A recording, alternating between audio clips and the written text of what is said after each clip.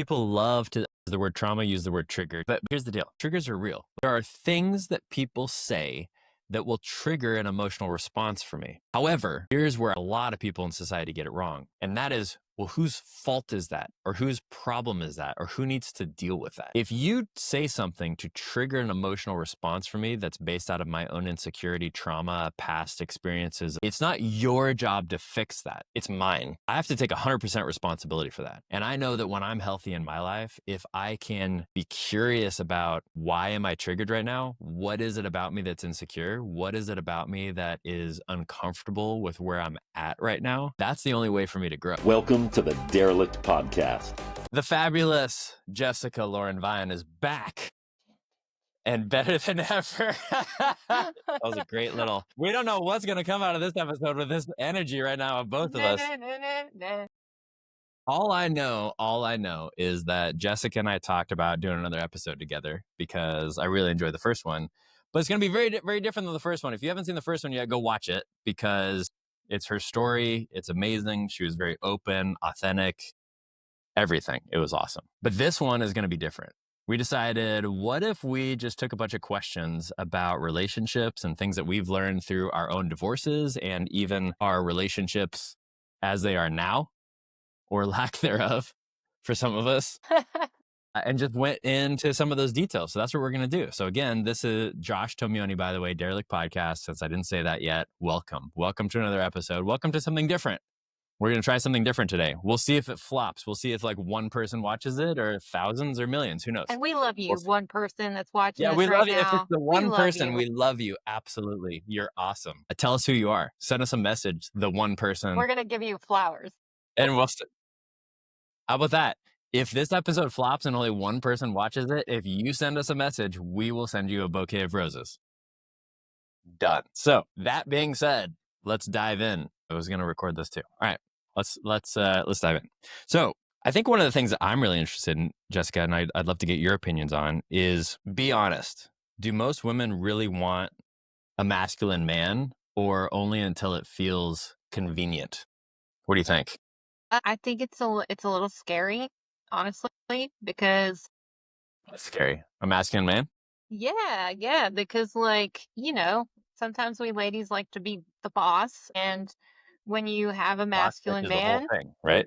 they're like, hey, like, I need you to not be a bitch. It's like, wait, what? Like, I'm used to like getting my way. Like, I'm married to a military man, and yeah, he's not gonna put up with that. So I need that though. Like it's Well, so definitely let's do like pros, cons. Like what yes. is, so okay, so let's start with this, right? Every man has masculine and feminine traits. Every woman has masculine and feminine traits. So let's just assume that we're talking about, the two of us are talking. So would you consider yourself primarily feminine in your traits? You would consider yourself primarily masculine. Interesting. Okay. So we have two primarily masculine presences talking to each other then. Now, do you believe at your core, like your base level is primarily masculine, or do you feel like you just show a lot of masculine traits? So I think just from everything that I've went through and everything that I've had to do, mostly operate in the masculine, but I'm really trying to like chill a little bit because it does feel nice to like be a lady. Like my husband used to like be like, let me open the doors for you. I'm like, look, motherfucker, I can open my own goddamn doors. And he'd be like, what the hell? I'm just trying to be nice to this woman. She's crazy as fuck. And I'm like, you married me. So do you feel like that's mainly out of reaction then? Like if you were acting as authentically to yourself as possible, would it be mainly feminine or mainly masculine? What do you think? I think feminine. Like I'm like, Let's go with feminine. Let's go with feminine. So feminine doesn't necessarily mean like daisies and roses and rainbows and shit, right? And masculine doesn't necessarily mean big trucks and, guns. It means like masculine, I would say, are masculine traits are leaders, confidence, going first, just getting things done, right? And again, women or men can have these. It's those sort of things. It's courage, it's fighting, it's going up against battles, it's heroic stuff, it's making sure that people that are less vulnerable are protected, right? That's how I see masculine. And the way I see feminine is it's very nurturing and caring and encouraging and open and sympathetic and all of those things, right? Now, again, we both have both traits. So let's just assume for the sake of this, our conversation, I'm primarily masculine, you're primarily feminine. So given that context, what is it, if you are living in your true feminine nature, what is it about the masculine energy or masculine men that you really like? Like, is your husband primarily masculine, would you say? Yes, I would say so. So He's what like, about that is yeah. attractive to you? Because something about that must have attracted you to him in the first place. Yeah, I mean, I think it makes me feel safe. It makes me feel like I don't have to make all the decisions and figure everything out on my own, and being able to have a partner that I can depend on and I'm having a tough day. Like, he's like, you got this. Come on. I'm like, with you, let's do it. And I'm like, hard. That's a classic masculine and feminine thing right there that you just Yes, described, it's very nice. 100%. Yes, that happened today. I'm like, oh my God, I had to do it like this whole thing today. He's like, When does that become inconvenient, or when does that become where you're like, yeah, I don't like it anymore? So thankfully, after 18 years, we worked through a lot of things, but how it has kind of played out in the past is I'll be like, look, I know what is going to happen, and you either get with the program or you don't. And he's like, we're going to have a problem. And so then fight, and we're like alpha locking heads like those rams, and then I'm like, I don't like it. Like, maybe I do want a guy that I can smack around a little bit. And then We're not talking about your personal sex life right now, Jessica. We're talking about masculine and feminine energy. We can go into that if you want to, but no, it got really quiet there after after that. So you're like, oh, just started thinking about the whip and the other things. Like, I don't know where your mind went, but I was like, well, I was just talking, man, dude, I just like think about how mean I was at the beginning of our relationship. I'm just like, oh my God, I was so mean. why do you think that? I mean, do you think that that was like a reactionary, like your masculine reacting to like, no, don't tell me what to do, and like being uncomfortable, maybe being in your feminine? I think it was so like my mom was like very insecure about like she always thought my dad was like gonna cheat, and he was like not at all on his mind. And so like she put that thought off to me. So if I've ever felt like he was looking at another woman, whether it be one in actual existence or one on the television, I just lose my absolute shit because I was scared. Like, I was afraid of being abandoned or rejected or whatever. And then I would be like, well, I'd lose my shit. I mean, honestly. Um, and the reason I was like, smack him around is like, okay, so literally, my mother-in-law, my sister-in-law, Candace, Diana, so sorry. I would like hit him with the TV remote. I was like, whenever people are like, oh, men are the ones that batter their spouses, I was like, well, I mean, not all the time. Like, so yeah, it's like, I don't know. Sometimes, Josh, honestly, sometimes I'm like, I cannot believe that he stayed with me. And he would probably say the same thing about me. Can't believe I would stay with him, but for different reasons. And it's like, I would never in my life recommend that anyone do any of the things that we did. This is like not a winning combination. I'm like, do as I say, not as I do. This is Okay, well, very what are the things that bad. you would not recommend they do? Give us some examples. Meeting him in a bar, going back to his hotel room with Oh, you him mean like the whenever first time you met him? that, or just like so many things. I mean, like, what else? So definitely whenever we first met, that was like terrifying. We got married after 3 months, had a kid very soon thereafter, but just like staying together whenever it was just a very toxic situation. Like we would have like very rough fights whenever we were like in the apartments. I'm like, why did no one call the police? Like someone could be dead in there. Like the neighbors are probably like, hey, what happens in the apartment stays in the apartments. Do you think that part of those examples are when your high masculine energy hit his high masculine energy? Well, honestly, now that I've been learning about neurodivergence, I think it has to do with the autism and ADHD that was happening. Because now I'm like, oh my God, rejection sensitivity, like all these different things, the taking things literal, just like a ton of stuff that I've been learning about myself and him recently. And it's just like the mix of me being in my masculine, also not understanding how my brain works and how it's supposed to work and blah, blah, blah. Like all of that's like a cocktail of disaster. Yeah, totally. So yeah, I'm like, I don't know how we survived, honestly. Well, you did somehow, and you figured it out. Yes, thank goodness. What do you think? Anything else on this topic? I'm just curious because you made a reference to something that you haven't said anything about yet, and you said that you were trying to learn how to live into more of your authentic feminine nature. You said something to that effect at the very beginning of this, or you started to say that, and I don't know, what does that mean? Like, what? How would that improve your life? How does that improve your life with your husband, who's also a primarily masculine dude?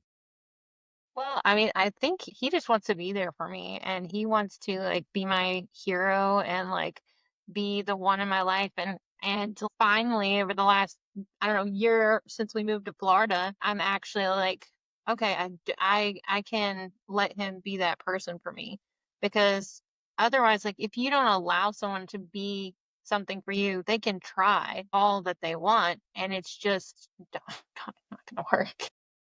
So, I I mean, I think would say it's it's the same the opposite way, right? Like, as a dude who's primarily masculine, I would say that if I don't want to use the word allow, that's the wrong word. If I am not open to a woman that I'm with being primarily feminine and I react or I'm defensive in such a way that has their masculine come out, that's never a good thing for either person. And I'm not blaming fault here on either side. It's both of our fault.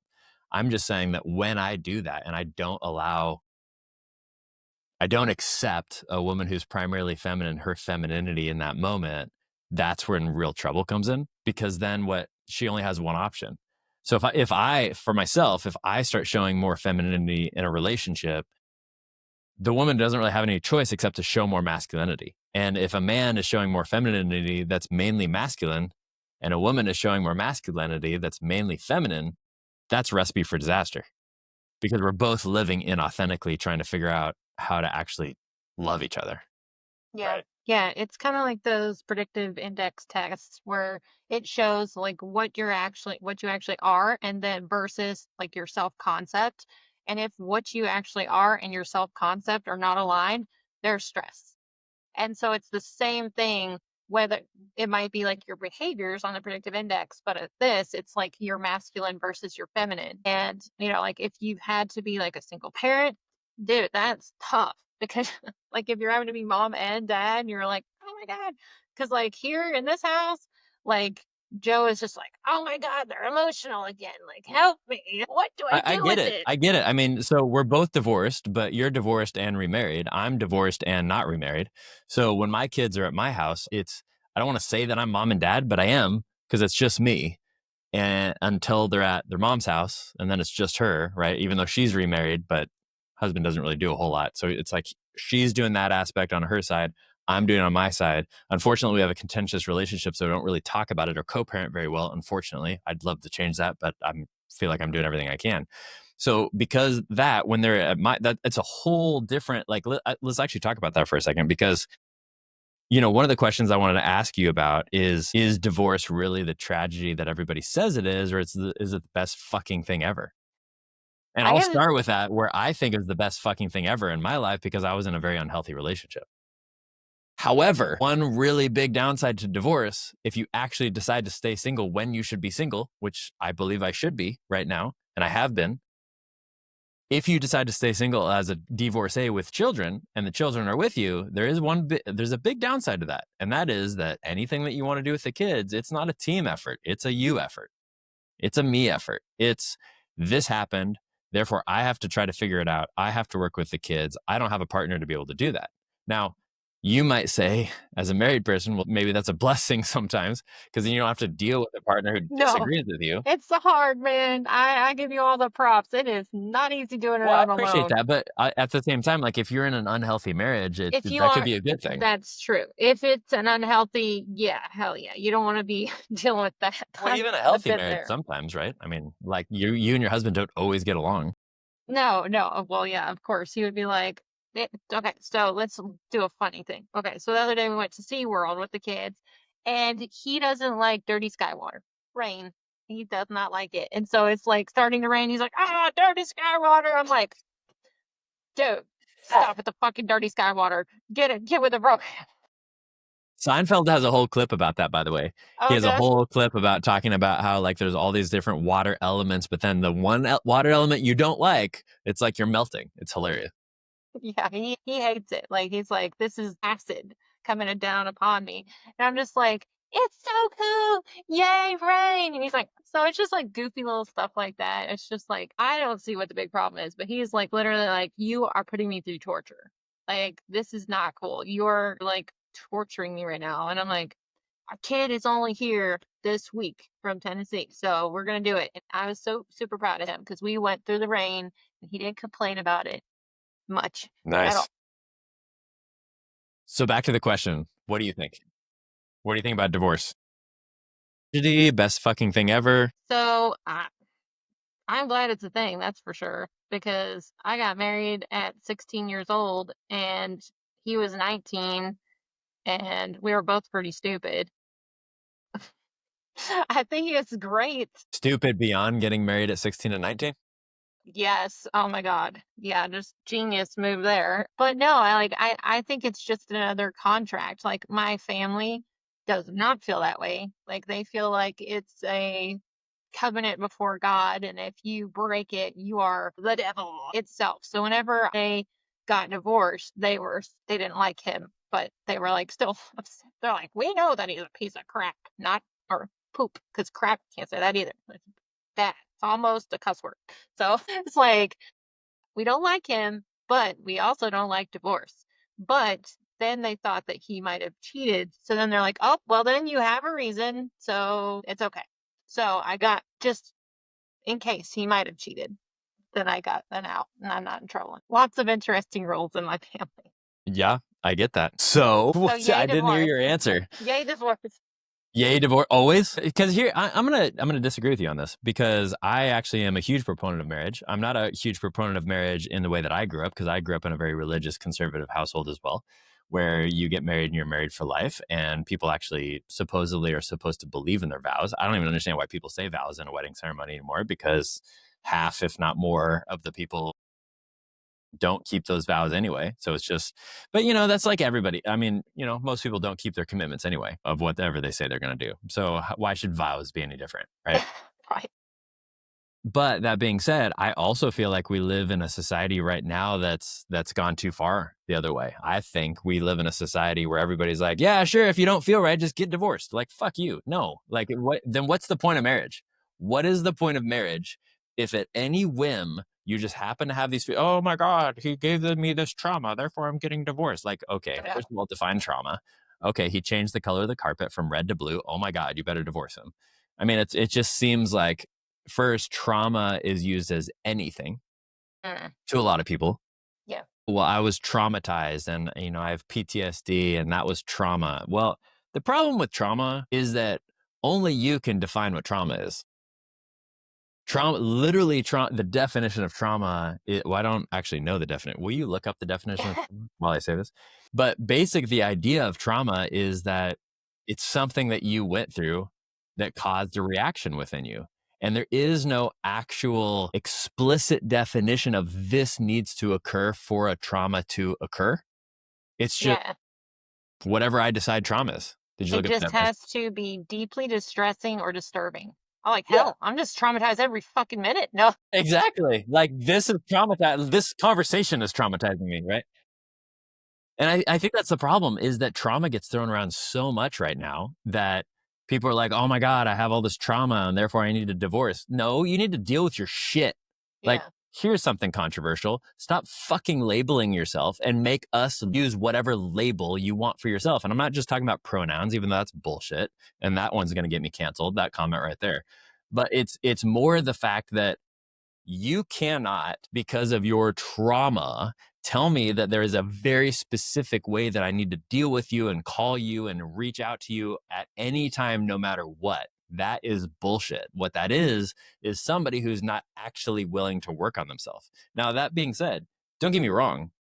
I've done this plenty of times. I'm not like saying that I'm the expert here. I get defensive. I don't like it when people say things to me, etc. But here's like an example. So I went out with my neighbor, who's a friend of mine, last night, and we went and played pool. I love to play pool, so I go out often, multiple times a week. And he's a really good pool player, so it's always fun to go with him. I don't drink, so sometimes the night gets to a point where it's not fun anymore because everybody else is drinking, and then everybody gets drunk, and then everyone starts acting like an asshole because that's what happens when you drink. So if you're listening to this and you drink, stop fucking drinking. Just stop. There's no advantage to drinking. There just isn't. The only advantage to drinking is that you're so insecure with yourself that you can't show up authentically as yourself. Therefore, you need something else to try to make you authentically happy. Why don't you just be authentically happy and get off the fucking drink? My soapbox on that. Tell me how So you feel, man. No, okay. he's playing pool. He's getting a little drunk. It's fine. We're good. But we get to the point of the night where I'm like, okay, we're good. Like, we drove over there together. I'm like, I'm ready to go. So we leave because I could just tell like it was going to be at that point where it's like, I just don't want to deal with what will happen next because I just know it's this point of the night, right? It's the point of the night where you know you need to go home or bad decisions are made. I'm not going to make bad decisions because I'm drunk because I don't drink, but I want to make bad decisions because I'm going to get fucking pissed at people that are acting like assholes. So we go home, and literally as I'm about ready to head into my house, he starts a political conversation, and we do not agree politically. And I'm like, dude, not right now. Like, I don't want Not to the fucking have a time. conversation with you about this right now. So he's like going off about all the stuff. I was like, look, no, I don't want to talk about it. He's like, oh, I'm so sorry I offended you. No, you didn't offend me. I don't want to have this conversation right now. I don't want to have a conversation when you are drunk and just wanting to get mad at me versus having an actual conversation. If you want to have an actual conversation, that's fine. Now is not the time or place. Why do I bring up that example? Because I think that is a good example of the boundaries can be healthy. Yeah. My boundary with him is I'm not having this conversation right now. It's not I'm not going to have this conversation because you're not addressing me properly and because you're not saying exactly what I want you to say. It's no, I'm not having this conversation because of the fact that this is not a good space for me to be in right now. So I'm not asking him to change. I'm the one that's changing. I'm the one that's realizing, no, this is a bad conversation for me, so I'm leaving. Nothing to do with him. He can do whatever he wants. I don't give a shit if he stays in my driveway and talks to himself for the next hour and a half. I was Doesn't matter. about to say. But I'm not going to be there. Right. Yes, it's Right. kind of So like after about 3 times, I literally just walked away. I was like, okay, I'm leaving. Good night. It well, was fun yeah. seeing you. Yeah, I can't deal with it whenever you tell people once, twice that like this is not happening and they just keep going. It's like, okay, well, this is whenever I turn on my heel. So have a good one. Well, to me, I think that goes back to divorce because I see a lot of people that are getting divorced these days that don't go through that process. Like they just it seems like they grab onto their trauma so tightly that they don't want to let it go. And then they use that as an excuse to break their covenant of marriage, to break that promise that they gave of marriage because of the fact that, no, it's my trauma. Therefore, I'm justified. Yeah. And frankly, I think people just use that as a bullshit justification to leave their marriage. Yeah. I'm not saying everybody. Some people actually go through the process, but I think a lot of people do. It's my thought. Yeah, I think for me and Joe, we finally just came to a point where we really decided that the enemy was outside and that we are not the enemy. So, like, literally, it's so wild. Like, now how we deal with each other versus before. Like, before, whenever, like, say he would say something and it would trigger me, aka it would make me mad. I'm like, trigger? Like, was that a thing? Like, I didn't even know that was like a thing back 10 years ago. Like, cool. It would have been so much cooler than being like, made me mad. I got triggered. So, like, back then, like, he would make me mad, and then I would just be like, what did you mean by that? Like, I feel like blah, blah, blah, blah. And then we would, like, get into it, and he would get mad, and I would get mad, and we blah, blah, blah, blah, blah. Well, the other day, he said something, and I was like, what do you mean by that? And he was just like, and he's like, I don't want to be in this conversation. And I kind of just laughed and I was like, high five. Like, we literally like high fived each other, like, hey, good job for not going down the rabbit hole. We totally don't have to have this combo. And we just literally were cool.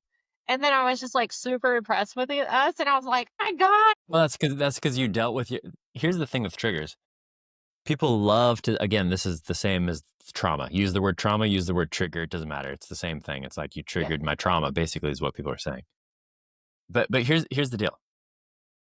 I don't disagree with triggers. Triggers are real. Like there Yeah. are things that people say that will trigger an emotional response for me. Yeah.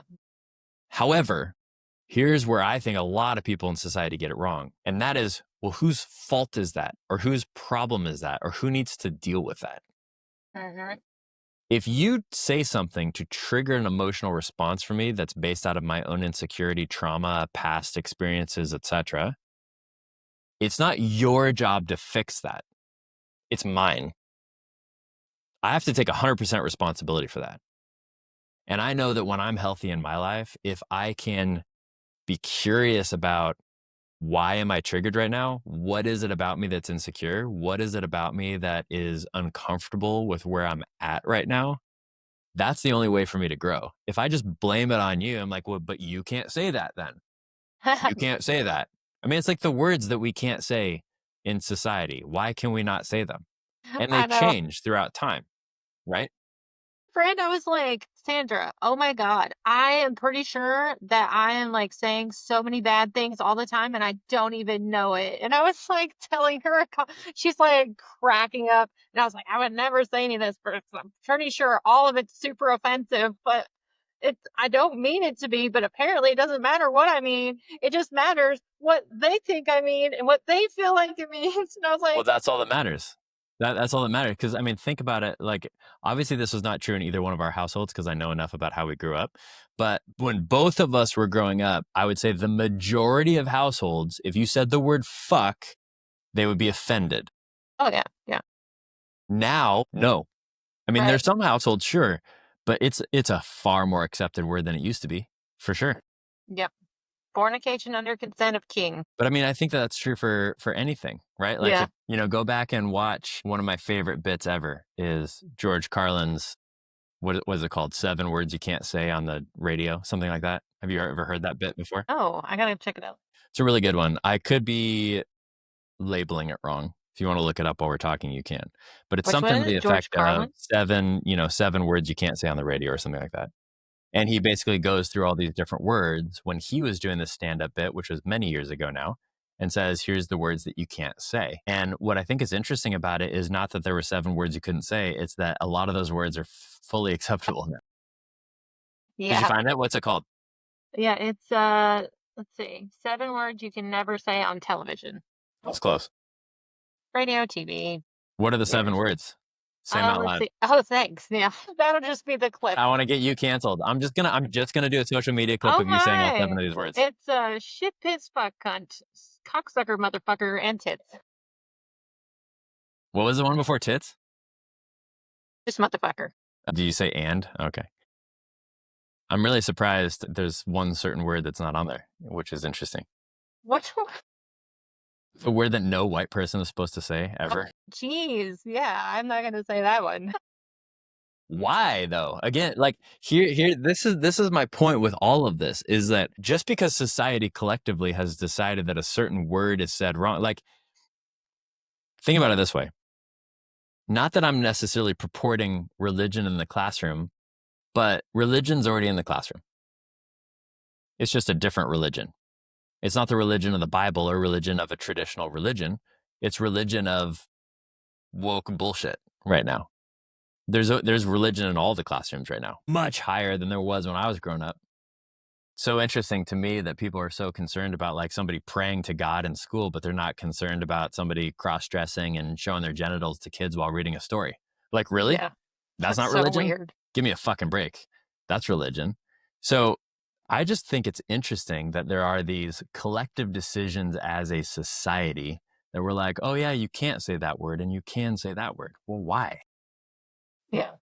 Based on what? Dude, I don't know. I don't know either. I can't remember what I was saying one day, but they're like, well, that's super insensitive. And I was like, what? I thought that was like probably the nicest thing I could say. Like you don't understand. And I'm like, ah, for fuck's sake, I guess not. Damn. Like, I don't know. And then like my husband, everybody's like, you don't understand how it is. He's like, I grew up in the ghetto. I was like I was one of 2 white kids in my school and I got threatened all the time. I lived in between 2 rival gangs. It's like, do not talk to me about this shit. For sure.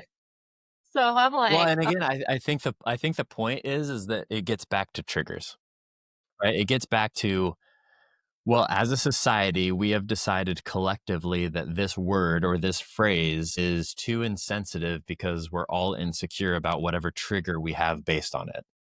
If none of us had insecurities, if none of us were defensive in that way, if all of us have dealt with all of our past trauma and hurt and pain, there would be no word that would be outlawed because it wouldn't matter, because no one would be offended, because everybody would be secure enough in themselves that they'd be fine. It's like, it's really fascinating to me when people have issues with the word God, as an example, where they're like, yeah, no, I don't want to talk about God and I don't believe in God, and blah, blah, blah. And usually people do. They just don't want to admit that they do in the way that, like, they think of it, because they think of some sort of specific religious context that they probably grew up in, that they probably had bad experiences in, that they now will just throw the word God with all of those collective decisions instead of actually just being open to like what God might be, which is different, right?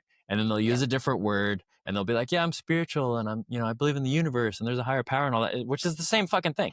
They just don't want to use the word tomato. because it's associated with whatever it's associated with, right? Yeah. I think it's the same thing with words. And I think that's really fascinating how offended we can get at these things. Yeah. It's true. It's true. And I'm just like, well, I'm bound to step in it some fucking time. Do me a favor, look at the questions we wrote up and ask me one. All right, let's see what we've got here. Da-da-da. All right. Let's get a polarizing one. Let's figure out something we can disagree on. We've agreed way too much in this God. episode. Yeah, I I know. want I to was disagree with like, you. okay, let's. We could do a whole nother girl skirt thing. Let's do it. For anyone watching or listening to this episode that doesn't know what I'm talking about, just go on our socials and see the whole girl skirt thing.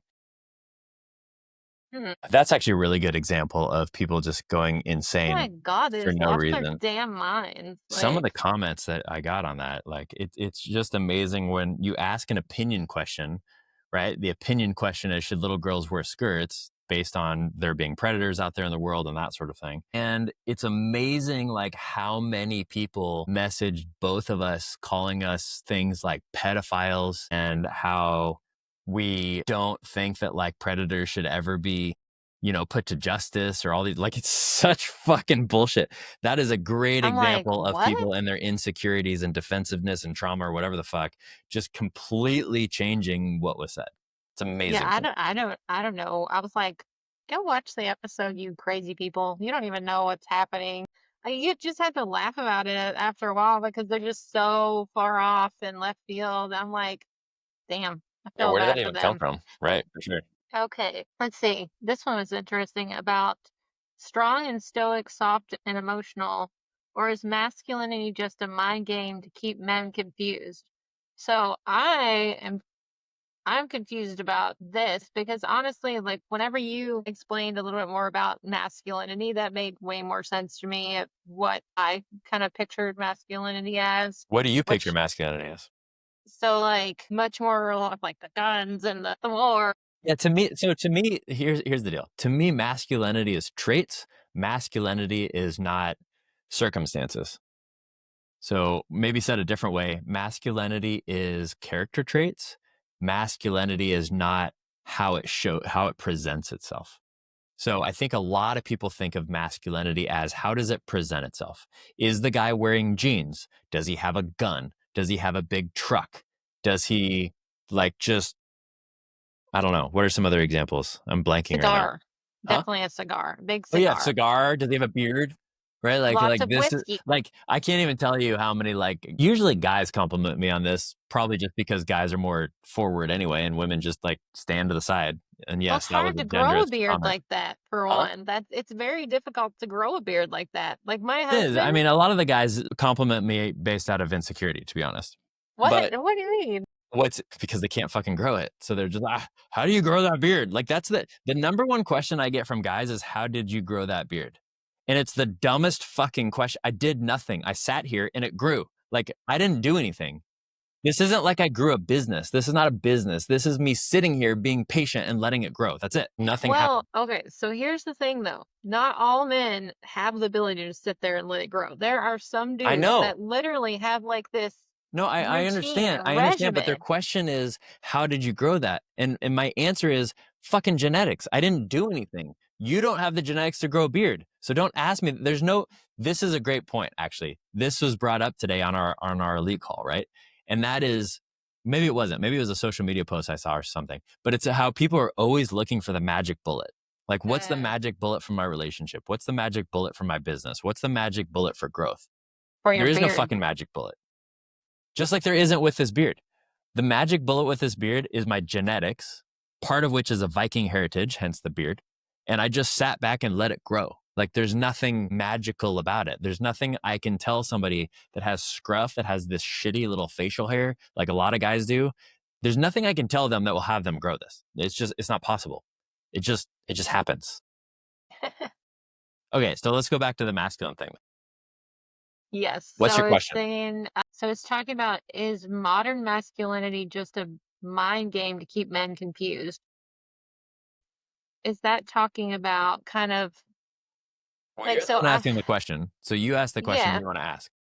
Okay. So in this, like, I've seen a lot of stuff like toxic masculinity, like that came up and started being a thing. And I'm like, what is toxic masculinity? How So, would you like, define toxic masculinity?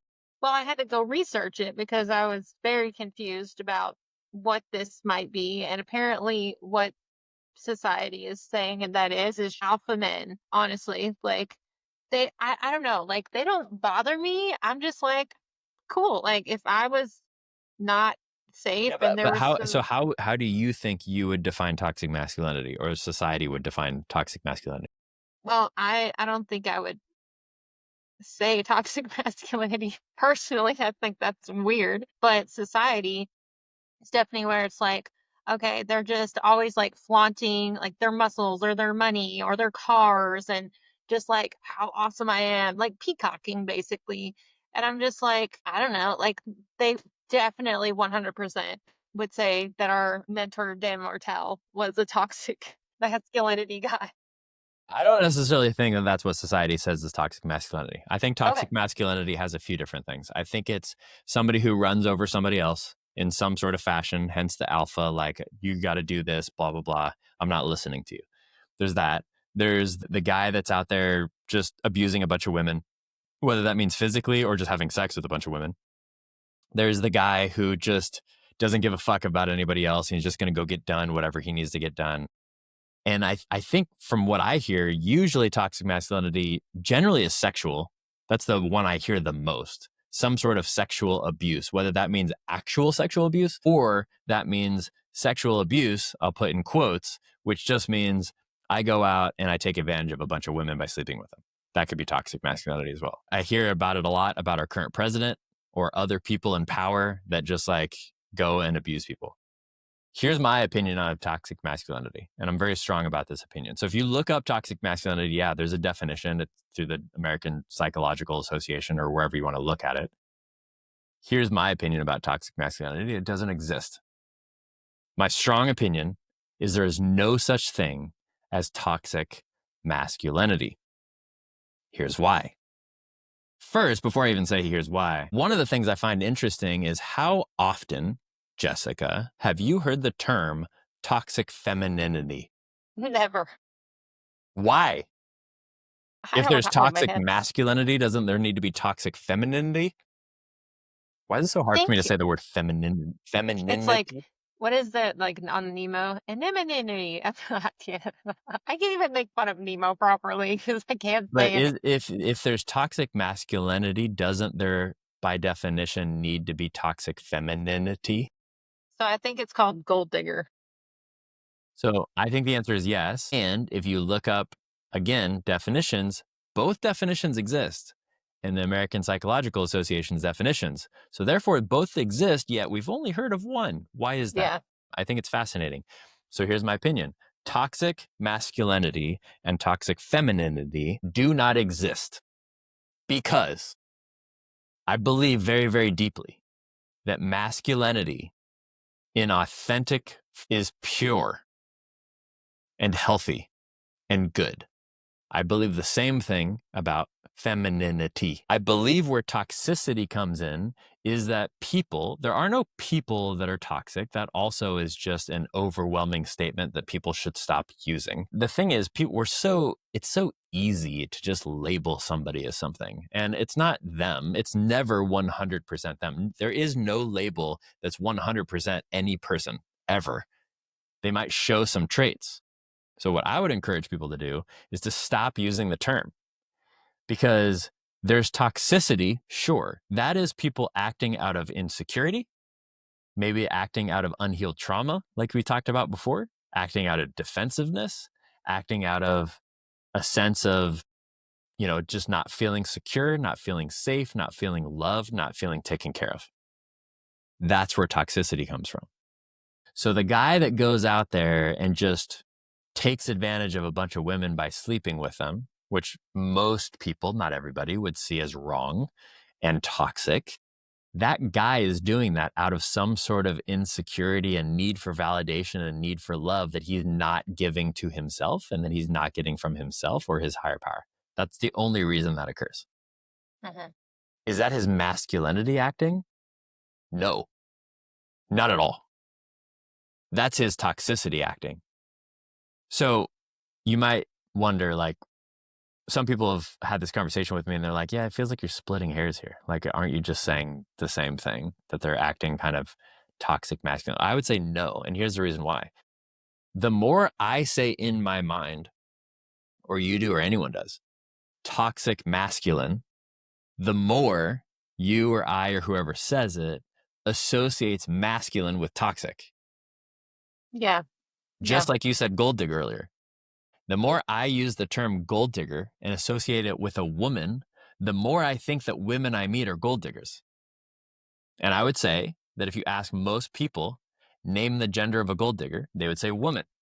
Yeah.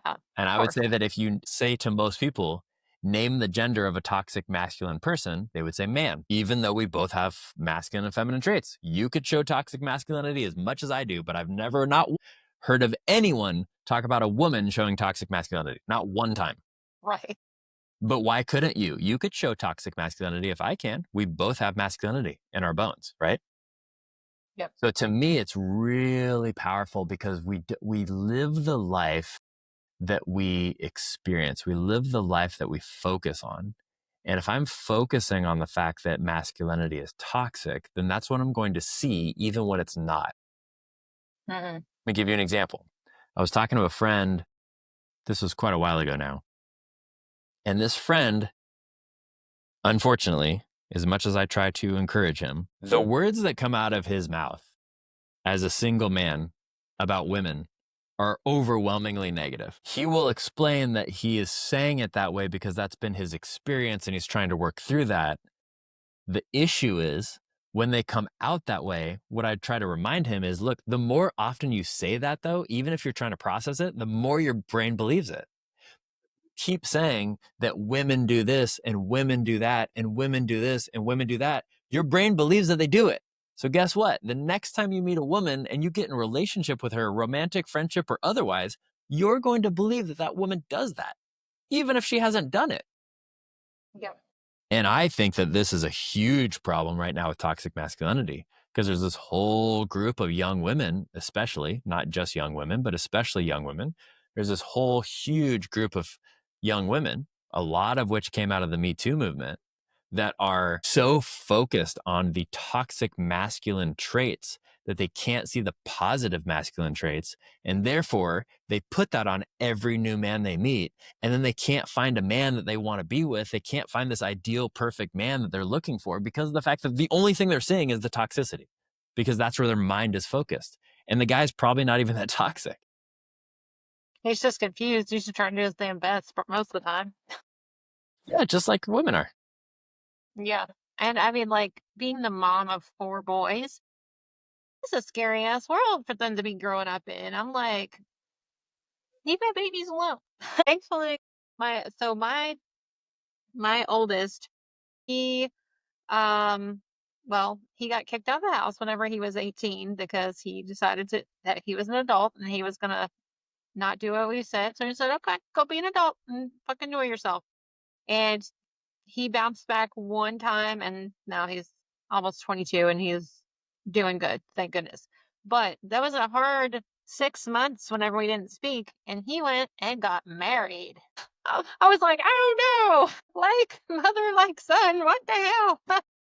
Like, so and I was like and she was so terrible. But, whenever someone's with your baby, you're like, "Oh my god, well, I just gotta be nice to her because I wanna see my kid." But she was just super mean to him and super terrible, and, now he's with a very sweet girl. We just spent, like, a week with them, and it was great. But, like, I was like, "Oh my gosh, what kind of a pool of women are they gonna have out there?" I'm like, "Oh my gosh," because I don't have any daughters. Like, closest I'm gonna get is a daughter-in-law. So I'm like, "Okay, that thing that you married first off, that ain't it." I tried and I tried. But like his current girlfriend, she is great. Just like very, if you were like, "Oh, is she feminine?" Yes, very feminine, like very sweet, little lady. And like we had a really good time when they were down, and I was super happy. But like I got three more growing up, and I'm like, what's gonna happen? And also, like they've got varying degrees of autism going on. So I'm like, my 17-year-old doesn't have a thought about any relationships. Like, and I'm like, I don't know. Like I was like 11, and like I want to find my husband. He's Well, like, here's what I would encourage you to do with four boys. And obviously, your husband can do this as well, but I think it means something different coming from you since you're primarily feminine. And that is encourage the masculinity in your boys and encourage them to see that the masculinity is actually healthy and fight any single time anybody's going to talk about some sort of toxic masculinity because it doesn't fucking exist. yeah, And encourage your boys because here's the thing. This is a strong statement a lot of people will probably disagree with. If our entire world was filled with strong masculine men living authentically in their masculine energy, all wars and issues would disappear overnight. yeah, Because if a man is living authentically in his masculine nature, what is he living? Well, he's living with power. Now, a lot of people say, well, that's a toxic masculine trait. No, it's not. It takes power to go help somebody who's vulnerable, to beat the shit out of the person that's abusing them. That's power. That's healthy power. Unhealthy power, the toxic version of that, the unhealthy power is the one that starts wars and kills innocent people. Both of those are masculine traits. Both of those are the masculine traits of power. One is used to help people, one is used to hurt people, right? It also involves courage. Well, it could take a lot of courage to go try to sleep with that woman that you shouldn't sleep with and take advantage of her. That could take courage. Is that healthy masculinity? No. What is healthy masculinity? Saving somebody, helping somebody, not sleeping with her, being a good influence to her or to anybody else, right? Conviction. Could conviction be toxic? Sure, it could. Of course. I'm convicted that I need to commit genocide. Okay, that could be a masculine trait, but it's not though, because it's used out of some insecure way.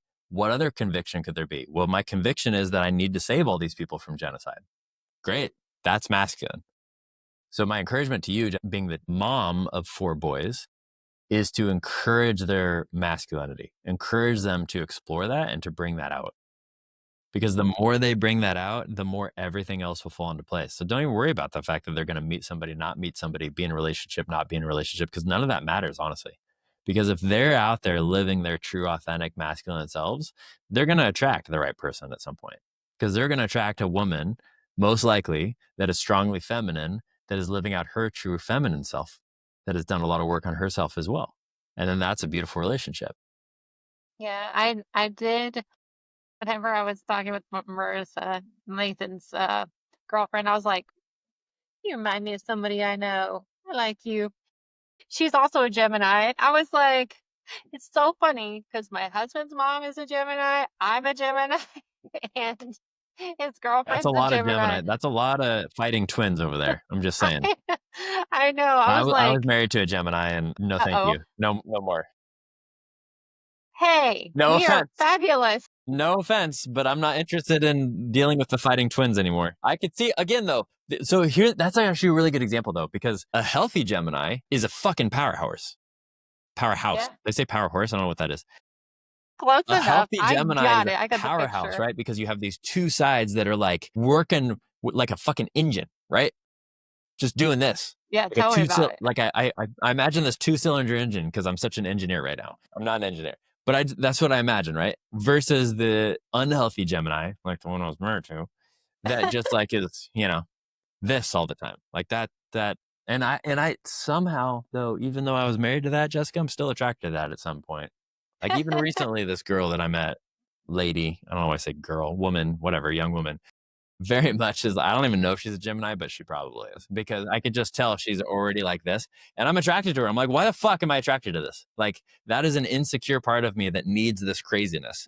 But healthy But Gemini, it's sure, they take over the okay. world. Like I'm so glad that like that part of me didn't scare Joe away. And even still now, like there's that spiral that can happen and I'm like, this is one side of me, this is what I think, and then this is the other side of me think. And like I'll just be going and I'll just look over and he's just like, oh, you're so cute. And I'm like, what the hell? I'm a crazy person. But it's like, hey, as But that's long as because it ain't he's coming in at love me, with we're who your good. authentic self is. And when you're saying, I'm a crazy person, that's the insecure piece of you not looking at your authentic self. So you're looking at, so let's use the Gemini analogy. Let's say it's, Dr. Jekyll and Mr. Hyde sort of thing, right? Where he says that because of the fact that he's talking to Dr. Wow, Whichever one it is. Dr. Jekyll and Mr. Hyde. Yeah, Dr. So which one's Jekyll. the good guy? I Wait, can't wait, remember. Mr. Hyde. Which one's the fucking normal one and which one's the crazy one? Now I can't think. Anyway, my point is that when he's talking to you, he's talking to the healthy, authentic, feminine version of yourself. That's who he's talking to, and that's who he sees, and that's who he loves. Yeah, When you are feeling insecure, like why would you ever love me? You're looking at that negative side of yourself, or the insecure part, or the hurt part, or the part that hasn't dealt with the trauma yet, or the part that feels like you're crazy. That's the same thing that we're talking about right here. But the yeah. problem is you throw the baby out with the bathwater and you just call masculinity toxic all around. Here's the thing, like anyone that calls themselves a feminist, which by its strict definition, I would actually be a feminist as well. But I would say there's a lot of people that call themselves feminists, and what feminist really means is that women need to take over men. That's really what it means. That's not what they say, but that's what it means.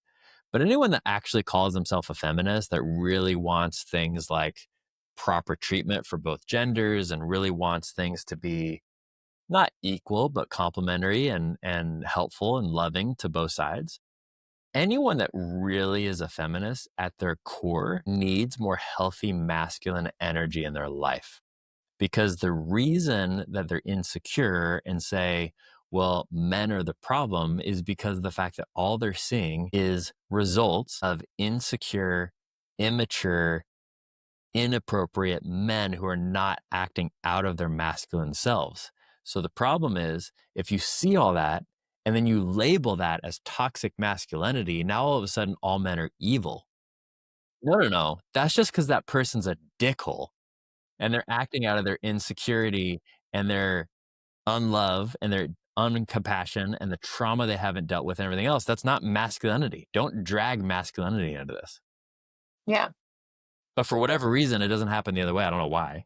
Because there's definitely toxic masculine femininity as well. Like, again, that would be manipulation, would be an example there. Yeah. The healthy trait of femininity is the trait of being political and bureaucratic and accepting and loving and caring and bringing everyone together. That's very much a feminine trait. Well, where does that turn negative?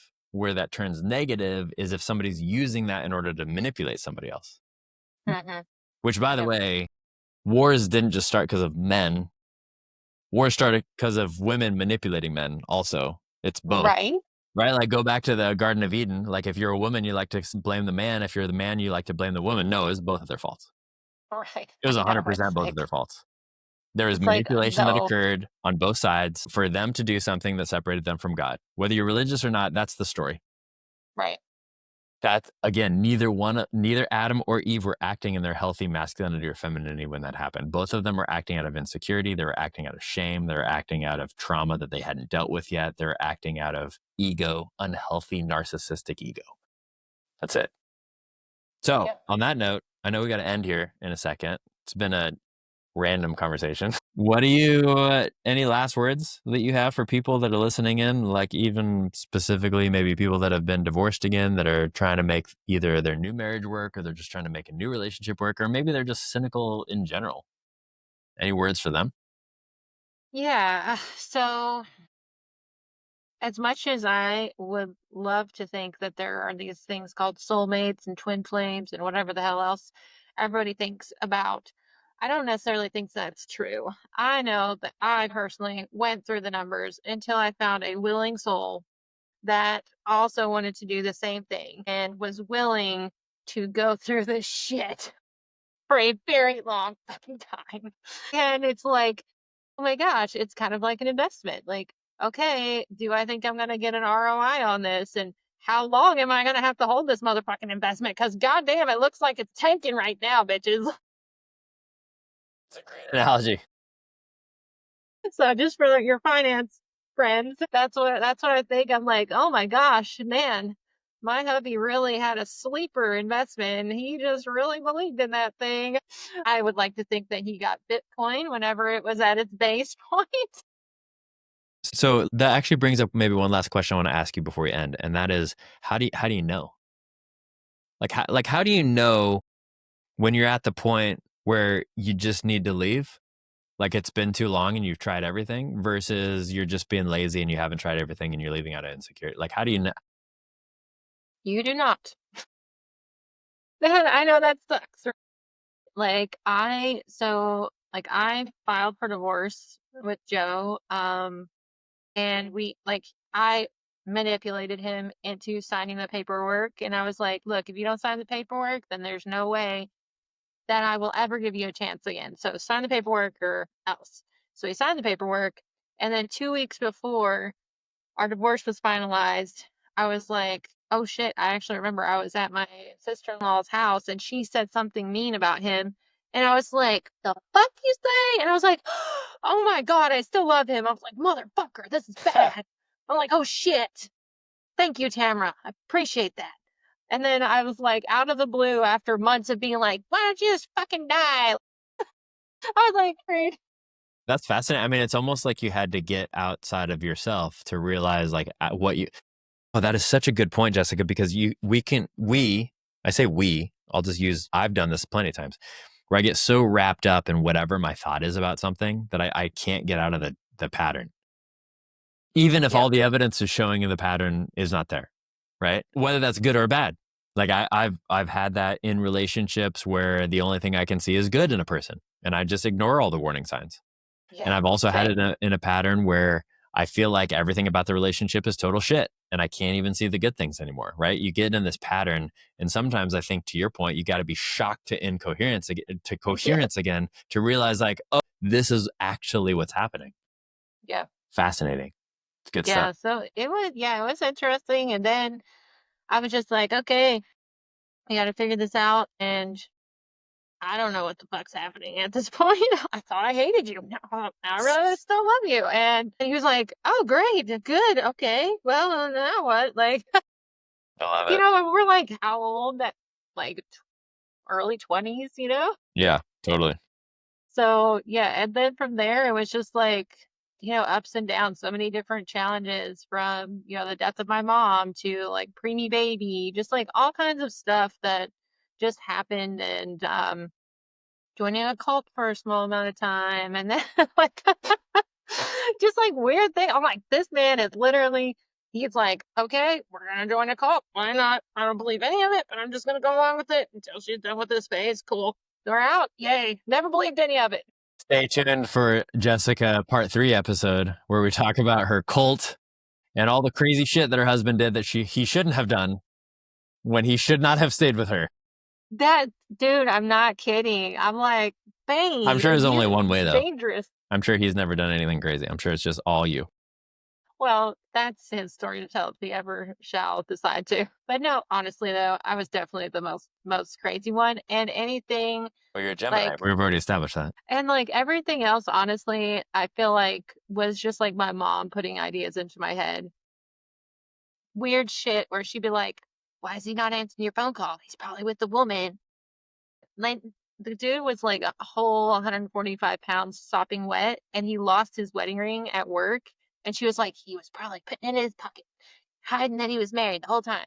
So it's like, You're bringing up a really good point that we don't have time to talk about today, but that is also how we just allow other people to influence our thoughts, right? Like, yeah, I can't even tell you how many people, even back to the whole toxic masculinity conversation, how many people don't actually believe that true masculinity is toxic, but then they keep getting told it over and over and over and over and over and over again until you believe it. I've said this, I think, on the podcast before, but one thing that I found really interesting about the concentration camps back in World War II, where the Nazis were trying to control the Jews, is that one of the tactics they used, which was extremely effective, is that they would walk around and tell the prisoners, the Jewish prisoners, they would walk around and tell them, you are trash. You are worthless. You don't deserve to be alive. You are stupid. You are not even human. And they would say those things over and over and over and over again. And you have healthy people that don't believe those things. But if you keep getting told it and you're not vigilant with your own thoughts about what you believe about yourself, the majority of us will just start believing it. yeah, And the true. more they believe that, guess what? The more you die. Yeah, yeah, It's just facts. Because if you don't believe yourself and you don't love yourself and it's not worth it to live anymore, then like, well, they must be true. yeah. I told Joe the other day, even maybe I was like, you know, if my mom had lived much longer, I'm pretty sure we would have been divorced. And it's like, it's the truth because I was always like, you know, like she's my best friend, and like while she was still alive, like he never had a shot. And he was just like, what about me? And I was like, look, it's mom, and then you, bitch. So fuck off. Stop me. I'm like, I don't know. Stay tuned for part 4 with Jessica, where we just see her true insanity come out. Anyway, it was good having you on here again. I know that this was random, but I'm sure it was helpful for some people. And for that one person that watched, send us a message and we'll send you the Yes, bouquet of your flowers. roses are. But all that being said, you know, like follow us both on social media. I'll put all the stuff in the show notes. Send this to a friend. Maybe that some of these random relationship advice pieces will mean something to somebody. So send it to them. Appreciate you being here, Jessica. Until Thank next you for time. having me. See you later, you derelicts.